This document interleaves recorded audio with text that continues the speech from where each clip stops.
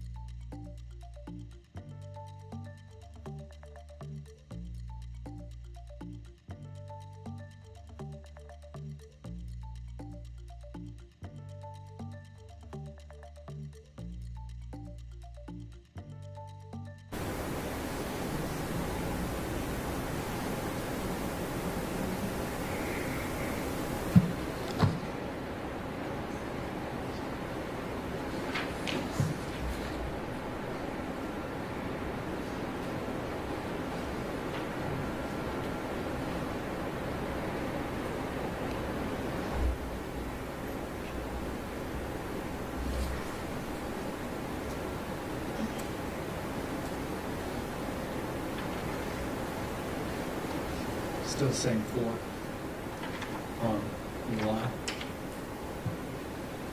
Still the same 4 on the line.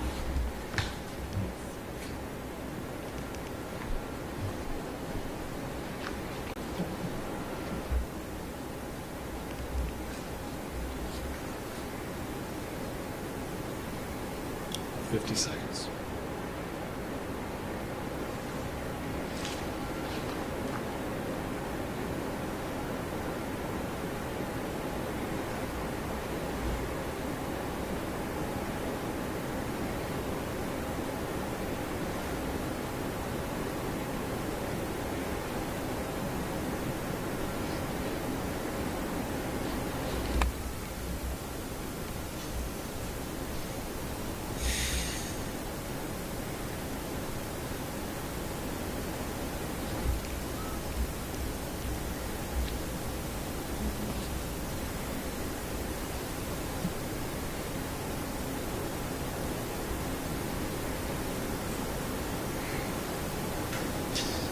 Good morning, everyone. Welcome to this week's Team Kentucky Update.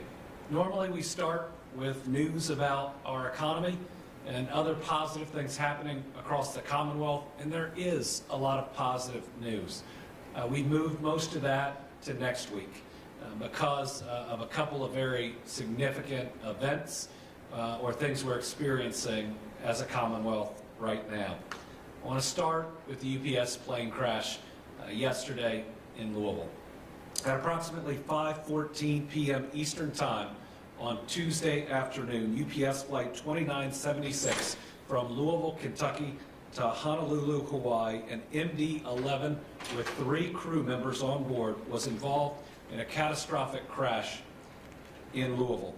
The National Transportation Safety Board should have arrived, and I believe they have in Louisville. They will be the lead in the investigation, and they'll be the primary source on any questions of causation moving forward. I'll be traveling to Louisville again this afternoon to survey the damage with Mayor Craig Greenberg, and we'll address the media again afterwards with another update. Our team will share details on that timing. I want to start by acknowledging the impressive work of so many fire departments that took what was a blazing inferno, created by a plane with 38,000 gallons of fuel, of aviation fuel, and were able to contain it. It could have been significantly worse and have in fact gotten the situation to where the shelter in place is now so much smaller than anyone would have predicted it would be at this time. Really incredible work by the fire departments. I want to start with the Okolona Fire Department, the main department responding. They've done an incredible job. The Louisville Fire Department, the Louisville Airport Fire Department, Fern Creek Fire Department, Pleasure Ridge Park Fire Department, Fairdale, Anchorage Middletown, Jeffersontown, Zonetown, Mount Washington, Nichols, Lebanon Junction, Southeast Bullitt, LaGrange, Simpsonville, Lexington Fire Department, Bardstown, and Shepherdsville Fire Department. In addition, extra foam to fight the fire came from the Lexington Airport, from CVG, and from Bardstown. In total, over 50 trucks responded. Again, a surge of resources to respond to a very significant explosion and fire. But what that does is it means that all of those available resources are pushed to the site. But through careful planning and through more efforts, we made sure we backfilled the departments that were at the scene. So we want to thank the following fire departments for backfilling to make sure that everyone else was protected during the surge of resources. We want to thank the Vine Grove Fire Department, West Point, Simpsonville, Shelby County. I want to thank other first responders that include the Kentucky National Guard, Kentucky Office of Homeland Security, Louisville EMA, the Airport Police Department, Louisville Metro Police Department, Jefferson County Sheriff's Office, St. Matthews Police Department, Shively Police Department, Kentucky State Police, Louisville Metro EMS, the Metro Sewer District, Louisville Gas and Electric, Kentucky Emergency Management, Kentucky Emergency Management Urban Search and Rescue Task Force 1, Kentucky ERC ERT, the Jefferson County Emergency Management, the Jefferson County Coroner, the National Weather Service, the FBI, and there are more. There have been over 200 first responders that were on the scene last night, and there is a significant amount of resources in the search and rescue, and ultimately what is probably by now the recovery effort that is occurring. I want to thank everybody who was working overnight when it was dangerous, when there was other flammable or explosive materials, but they were searching to try to find any and all survivors and to locate any bodies to try to give families the closure that they deserve. As of this time, we can confirm that there have been 9 fatalities, but I'm now fairly confident that that number will grow by at least 1. We hope it doesn't grow by too many more. I believe by this afternoon we'll have a pretty good grasp of both the number of fatalities and, if there are any, the number of missing persons that we're still looking for. Remember, there's a Victim Family Reunification Center at the Louisville Metro Police Training Academy, which remains open. That address is 2911 Taylor Boulevard. As of last night, there have been 16 different families there. I think the mayor's providing an update where that number may now have shrank. At least information I'm getting is those families may not line up with the hospital patients, which means we've got to continue to search that site, hope and pray for the best, but know there may be more loss of life that we're going to learn about today. 2 businesses were directly impacted: Kentucky Petroleum Recycling and Grade A Auto Parts. Thankfully, a local restaurant that is right there that we had great concern would be impacted and we would lose whoever was in it, was missed and now is helping the search and rescue. We're grateful for them. Another blessing is this plane could have potentially hit the major Ford factory or the convention center. Those are all close by and did not. The radius for the shelter in place has been significantly reduced. Louisville Metro is putting out guidance to residents and businesses immediately around the crash site to not consume water. EEC, the Energy and Environment Cabinet, is working closely with the city on this. Other areas are safe. Now, if you are in the suburbs, if you're in other parts of Louisville, you are as safe today as you've been any other day. The air is fine, your water is fine, but that immediately around the crash site, we're just trying to be very careful. In new news today, following yesterday's events, I'm declaring a state of emergency to help us deal with this plane crash. It allows us to move resources more quickly through emergency management and the Kentucky National Guard.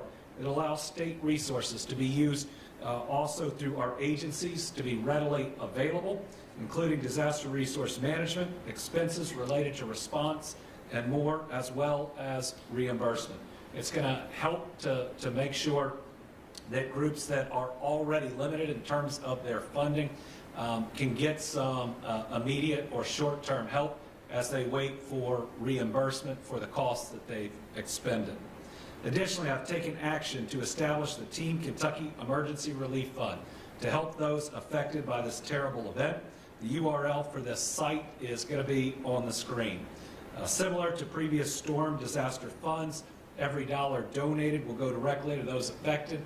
In fact, what we've done is we've gone and amended the Team Kentucky Storm Relief Fund to now allow families impacted by a disaster like this to also benefit from the generosity of Kentuckians. Remember, the first thing that we pay for out of these funds are funerals, so that in a time of grief, nobody is worried about that. In Kentucky, we grieve together and we support one another. Donations will help pay for funerals and for response, recovery, and rebuilding. All right, while Kentucky is responding to this crisis in Louisville following yesterday's deadly plane crash, we must also remember the challenges that our families are facing due to a lack of SNAP benefits brought on by the Trump administration. This is a program that was under attack early by the president following the big, ugly bill. That's why in June I wrote a letter to Kentucky's congressional delegation urging them to consider the harmful impacts of this legislation and how it would hit our people, because SNAP is crucial for Kentucky. In our Commonwealth, over 600,000 Kentuckians rely on SNAP. That's 1 of 8 of our people, many of which are kids. These families need this support to avoid going hungry. But on October 1st, the federal shutdown began, and this now, today, marks the longest shutdown in the history of our country. From the start of the shutdown, the president made it clear that this program would be at risk. In fact, the Trump administration stopped the federal government from paying out SNAP benefits for November and also stopped states from flowing state funds through SNAP to pay out those benefits. And that's despite the USDA's website saying that he could fund SNAP benefits even in a shutdown. Americans should never be a negotiating tool. And I am committed to taking action to do what we can to stand up for our people. So on October 20th, I announced that while we were exploring options for SNAP, we had 2 updates that would help many who rely on this program. First, after learning our area development districts had exhausted the nearly $10 million in funding for senior meals, I announced that we were able to move $9.1 million to help fund that program. It took a lot of work to find a solution. Thankfully, we did, and the General Assembly leadership agreed to move forward with that plan. That day, I also announced that for November, during the shutdown, that we could cover the Temporary Assistance for Needy Families, or TANF program, that the federal government was not going to fund. That was about $12 million that's helping our people, many of which also get SNAP benefits. Following that update on October 24th, we received a letter from the USDA confirming what had already been threatened. The letter said it was suspending all November 2025 benefit payments for SNAP for approximately 42 million Americans that rely on them, and that the suspension would continue until sufficient federal funding was provided. Let me be clear. The president has both the funding and the authority to fund SNAP during a shutdown. In fact, every other president in every other shutdown has done so. People going hungry in this instance is a choice that this president has made. So on October 28th, I joined leaders from 24 other states and the District of Columbia in a lawsuit challenging the Trump administration over what I believe was an unlawful decision to terminate SNAP benefits. And Friday of last week, a federal judge agreed with us. They said the president had to either partially or fully fund SNAP for this month and moving forward as long as funds were available. And separately, in a different lawsuit brought by cities, a court said the president needed to fully fund SNAP benefits. But knowing it would still take time for the benefits to roll in, and knowing what the delays were going to be, and being worried that the president would do what he has announced, only partially fund SNAP. I signed an executive order directing $5 million to Feeding Kentucky food banks. Those dollars are going to be used by Feeding Kentucky. They're going to be distributed through the network of 7 regional food banks that work with all the others. Together, these food banks and their nearly 900 local partner agencies, food pantries, soup kitchens, and community programs serve all 120 counties. Only yesterday did our Cabinet for Health and Family Services receive the guidance from the USDA that partial payments will be made, though that came around the same time President Trump posted on Truth Social saying SNAP benefits wouldn't go out. And that's a nice tamed-down summary of that post. But today we've received confirmation from the federal government that they will begin processing payments tomorrow. Kentucky is ready, willing, and able to work around the clock as quickly as possible once funding is received. It's important to remember SNAP benefits are typically staggered through the month, and therefore payments will be too. But I can assure you our teams will be working day and night to make it happen. But knowing the benefits aren't there yet, and recognizing the strain on families and on food banks who are stepping up more than usual, I'm taking another step today.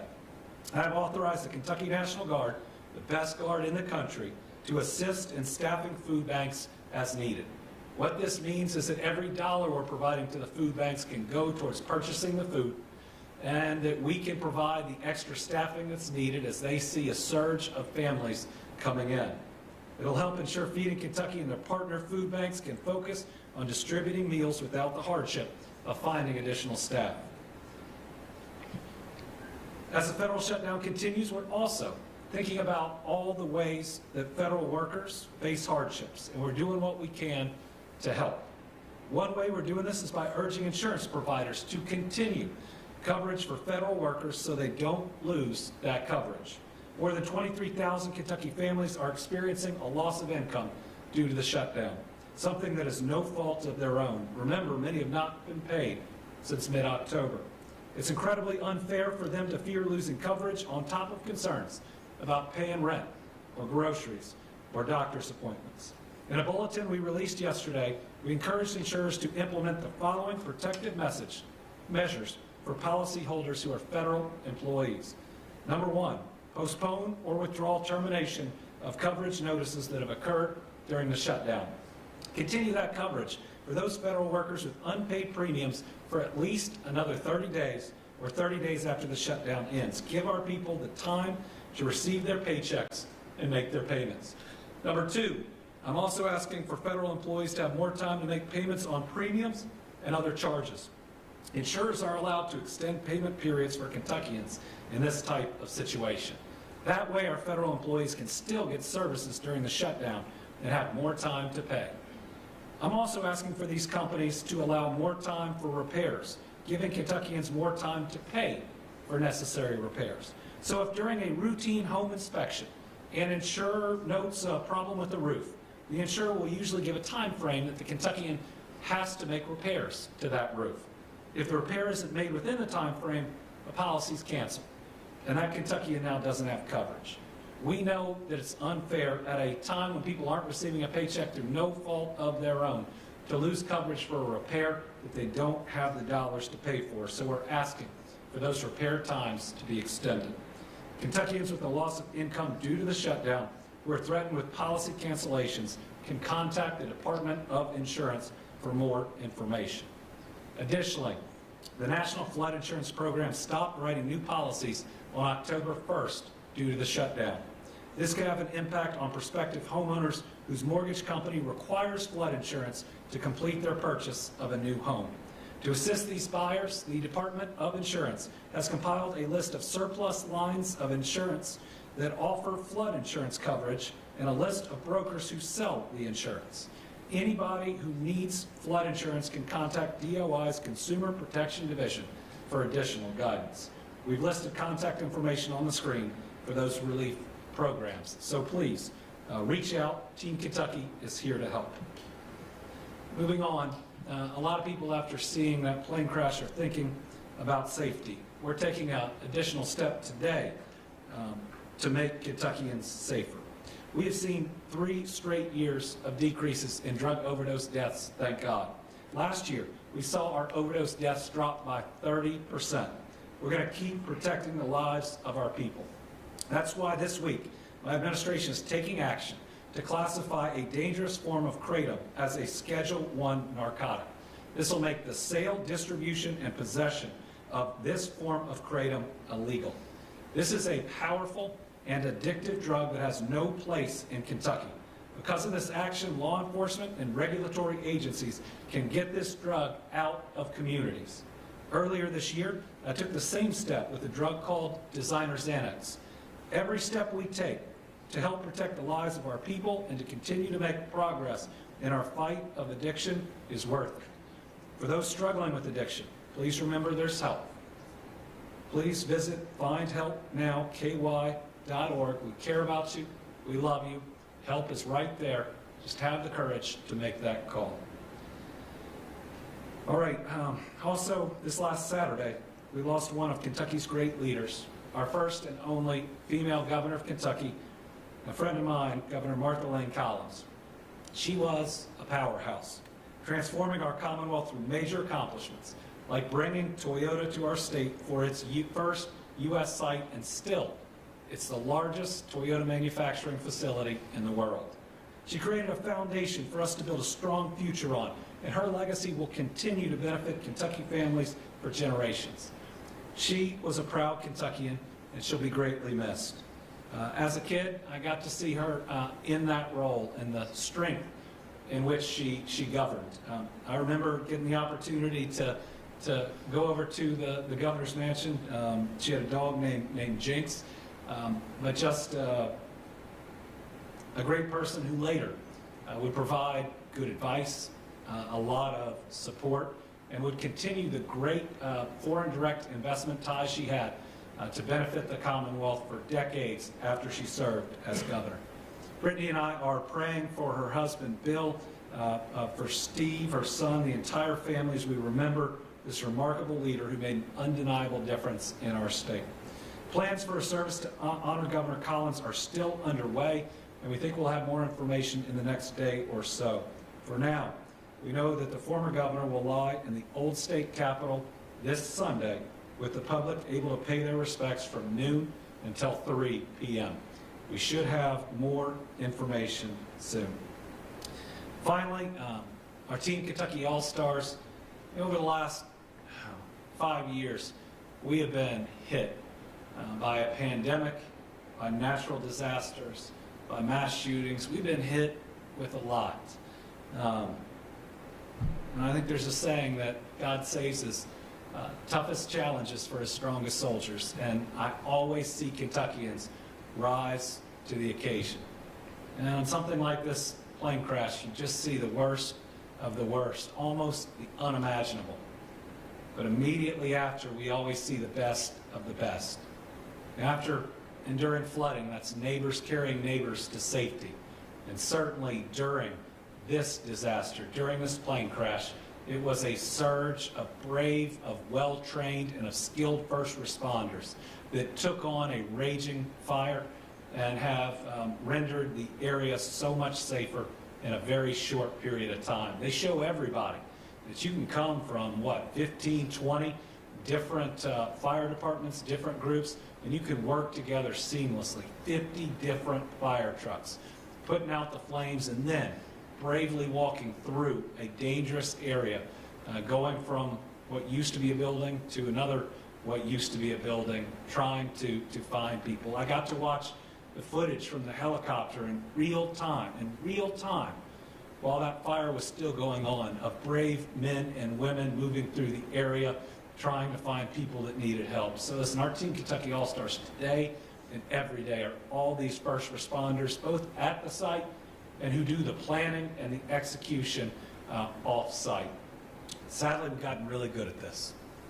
The Louisville group, emergency management, everybody they work with is top-notch. The state group is too. By now, we're all on a first-name basis and know just about everything about each other's families too.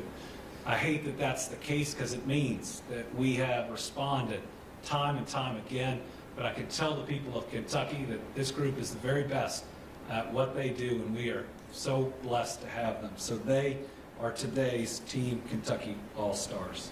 All right, we've got a couple of journalists that are with us in the room today. We also have about 4 on the line. We'll start with Carolina from WLEX.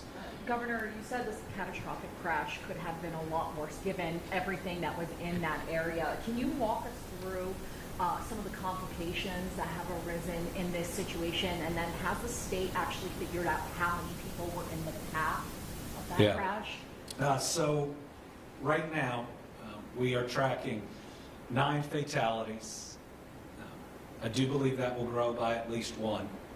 There were 3 crew members, and we don't have confirmation on them, but if we've seen that video, we know we're very worried about each of those. So that would suggest that there are at least 6 individuals, if not 7, outside of the crew that were impacted. When you look at where the plane hit, thankfully it missed that restaurant. And by the way, they've opened up their restrooms in their facility for first responders. Pretty incredible. After just about having your facility and everybody inside wiped out, that you're now a part of the rescue. So very proud of them. It hit 2 of the lesser populated businesses in the area. It hit the Kentucky Petroleum Recycling, and because of what they have there and the tanks that they have, that made the situation more dangerous. It appears the pressure valves did go off. It did cause, we think, extra smaller explosions, but it appears they may have operated as intended to prevent it from being worse. At different times, first responders did have to take cover because of what they were dealing with. They were trained and ready and knew what was on site really quickly, really impressive to watch, and I was listening to it in real time. It then hit, I think it's called Grade A Auto Parts, which isn't just a store. It's more of a large lot of cars. I don't know if it's a pick-apart, but it looks like one of the pick-apart yards, at least from overhead. So not as densely populated as a number of the other businesses would be. Now, there are some other, we believe, small businesses there, and there are a number of buildings that were fully destroyed or partially destroyed. Getting in to the blaze quickly was complicated by that, but these groups got in and got control of this much faster than I think most people would have believed was possible. This is very close to the Ford facility, very close. I was talking with their CEO, who we spoke directly, cares about the people in that facility, and Ford leadership has surged in. I think they'll be fully open by this afternoon, but was being very careful with their people. I mean, the images from just the back of their facility are incredible, and how close it is. The convention center, you know, the livestock show is very close, and so people were coming in, talked directly to their head of security, who shut down people coming in, got the information out there to take care of folks. Louisville Emergency Management did a really good job, first with the 5-mile radius, but then very quickly being able to see where the smoke was going and give a smaller radius for that, and now it's down much tighter, and then we are doing water testing right now in and around the area, and everybody can rest assured that we're going to use all the best science for that and be able to tell them when everything is safe. It's hard to lose 9+ people, and consider yourself lucky, and I don't think we're lucky, but it could have been much worse. Do we have Lachlan? Okay, Tom Latek is on the line.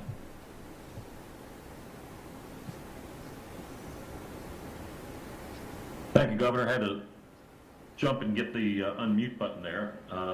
I would like to hear your take on the election results in New York, New Jersey, and Virginia, and what you think that might lead the 2026 midterms to. Well, as Vice Chair of the Democratic Governors Association, I'm very proud that last night we went 2 for 2, and they weren't close. Our